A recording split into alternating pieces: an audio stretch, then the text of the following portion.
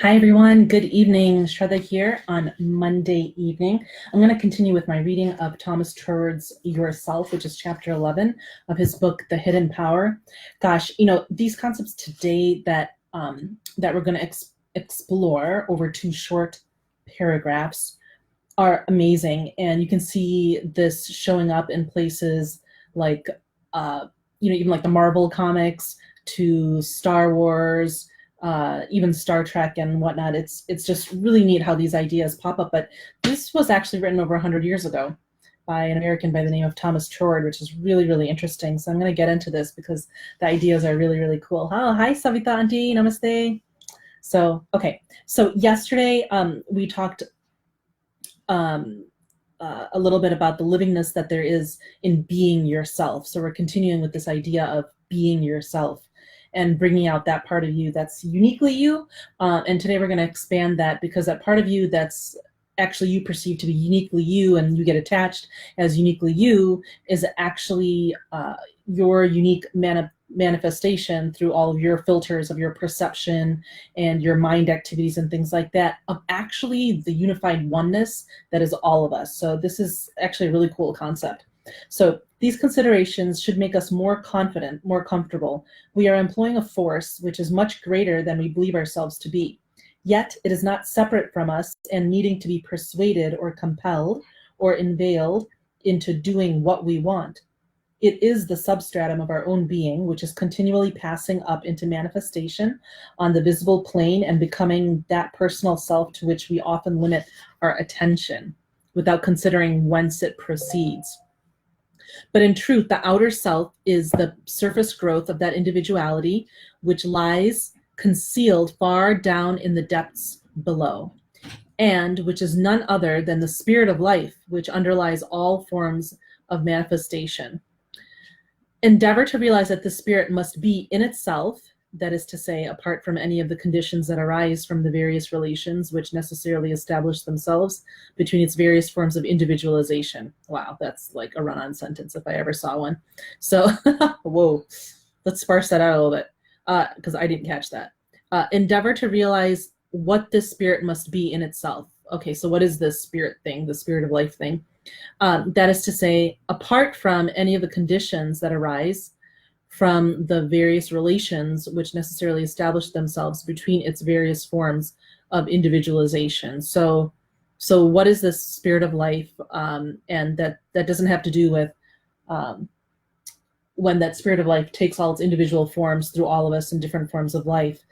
Not the dynamics that happen between all those different levels of individualization, but really like getting down to its core. So in its homogeneous self, what else can it be but pure life, essence of life?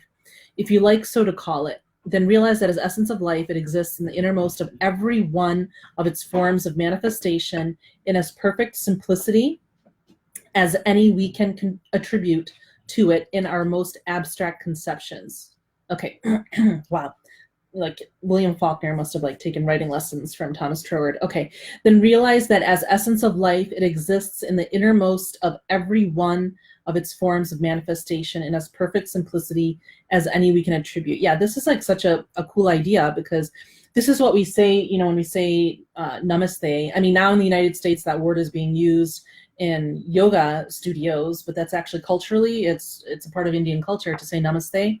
And what are we doing? We're actually acknowledging the place in you and the place in me where that oneness, the spirit of life that Thomas Troward talks about, where that oneness resides. And so we're just taking a moment when we greet each other before we get into a conversation, that we take that moment and we acknowledge that we're actually one, that we're actually part of the same thing, and we're arising out of the same thing.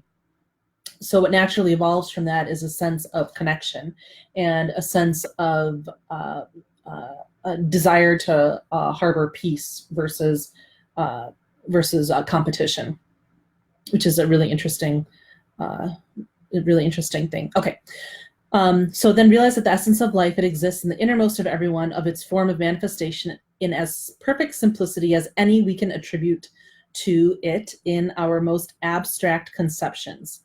In this light, we see it to be the eternally self-generating power which, to express itself, flows into form. Yeah, so my friend Eldridge and I have a lot of conversations about this, and if you scroll down my timeline, you'll see me and Eldridge doing a lot of back and forth about these type of ideas. And I didn't really get this concept until I was studying for my integrative medicine boards, and we have to study quantum physics in integrative medicine. Well, why do you study quantum physics in integrative medicine? Well, it doesn't have to do with our machinery, CT scanners, and all that stuff. It's because we have to understand quantum physics in order to understand energy medicine, and in order to understand Reiki, and in order to understand the real fundamental level at which the mind-body connection exists. Right? It's not just molecules. I mean, there are much more fundamental levels at which that interaction exists. So when I was studying for that exam, there's a concept that we explore, and it's called the 0-point field. Now, what is a 0-point field? The 0-point field is the field of the thought field of the universe that exists when you take out all physically manifested stuff, which is basically like your body, my body, everything, everything that we drink, everything, all the planets, everything, we take out all the physically manifested stuff, and what remains is an energy field, and that energy field has as much energy in all of that matter that we just took out times 10 to the 40th power. And I mean, I personally, my mind is too small to even comprehend 10 to the 40th power of anything, much less like the power in all of matter in the universe times 10 to the 40th. So that's like that large field, that thought field, to which and out of which manifestations are coming into, which is why we say, when we say thoughts become things, it's that. And I guess I asked a physicist a couple of weeks ago, and I was like, who are the physicists that study that alteration, like between the 0-point field and manifest, matter? And he looked at me like I had 3 heads, and he said, I think it's the cosmologists. I don't know. If you guys know, let me know. But so there's that whole, so the physicists call it the 0-point field, and I somehow could get my mind around that. I can never get my mind around all. But that seemed to make sense, a 0-point field. But I mean, they're all different names for the same thing, right?